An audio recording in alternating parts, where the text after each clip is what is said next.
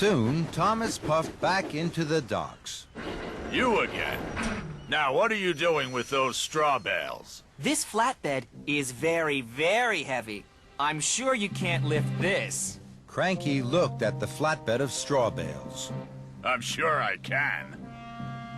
Cranky's hook swung low over the straw. Thomas watched and waited. With a creak and a crank, and a crank and a creak, Cranky raised the flatbed of straw into the air. Thomas's funnel fizzed. Told you so. You're still creaky, Cranky. And you're still Tiny Thomas. That made Thomas even crosser. More than ever, Thomas wanted to prove Creaky Cranky wrong. He had to find the heaviest thing he could. Then, an idea flew into his funnel. Lift me, Cranky. Cranky looked at Thomas. He couldn't let Thomas win.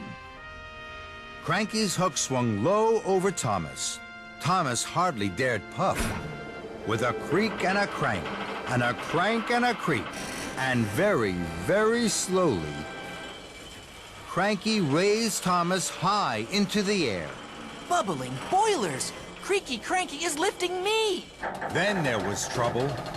Cranky creaked louder than ever. His crane arm stuttered and juddered. It creaked and it croaked. Then it cracked. Oh, no. Cranky's crane arm had broken, and it was all Thomas's fault. Thomas was stuck high in the sky and blowing in the breeze. Then Sir Topham had arrived. Thomas, what are you doing up there? I'm sorry, sir. I was... You are causing confusion and delay. The Duke and Duchess have no wood, straw bales, or eggs. Now I see you have them all here. Cranky is broken, and you, Thomas, think it's a good time to try being a bird. The Duke and Duchess are waiting. Thomas felt very silly. Then Sir Topham Hatt looked at Cranky. And you're as silly as Thomas. Cranky crumpled.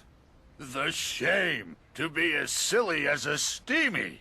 Soon, a workman had climbed up Cranky.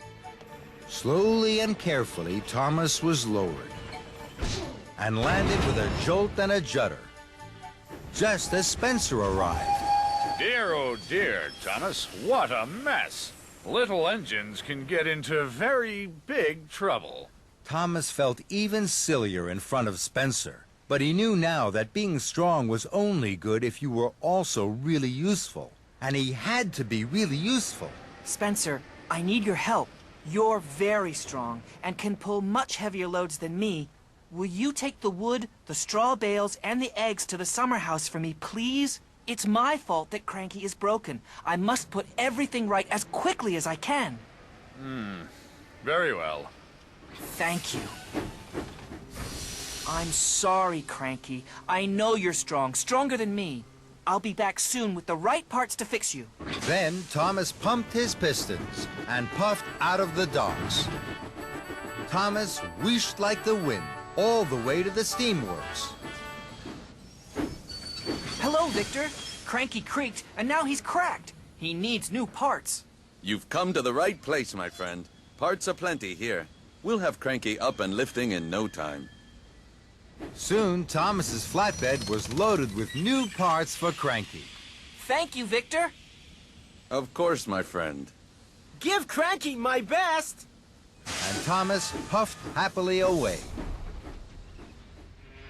Thomas puffed into the docks with his heavy flatbed. Cranky was still looking crumpled. Here you are, Cranky. We'll have you fixed in no time.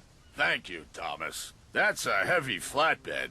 You know, you're not tiny. And you're not creaky. Cranky laughed, and that made Thomas laugh too.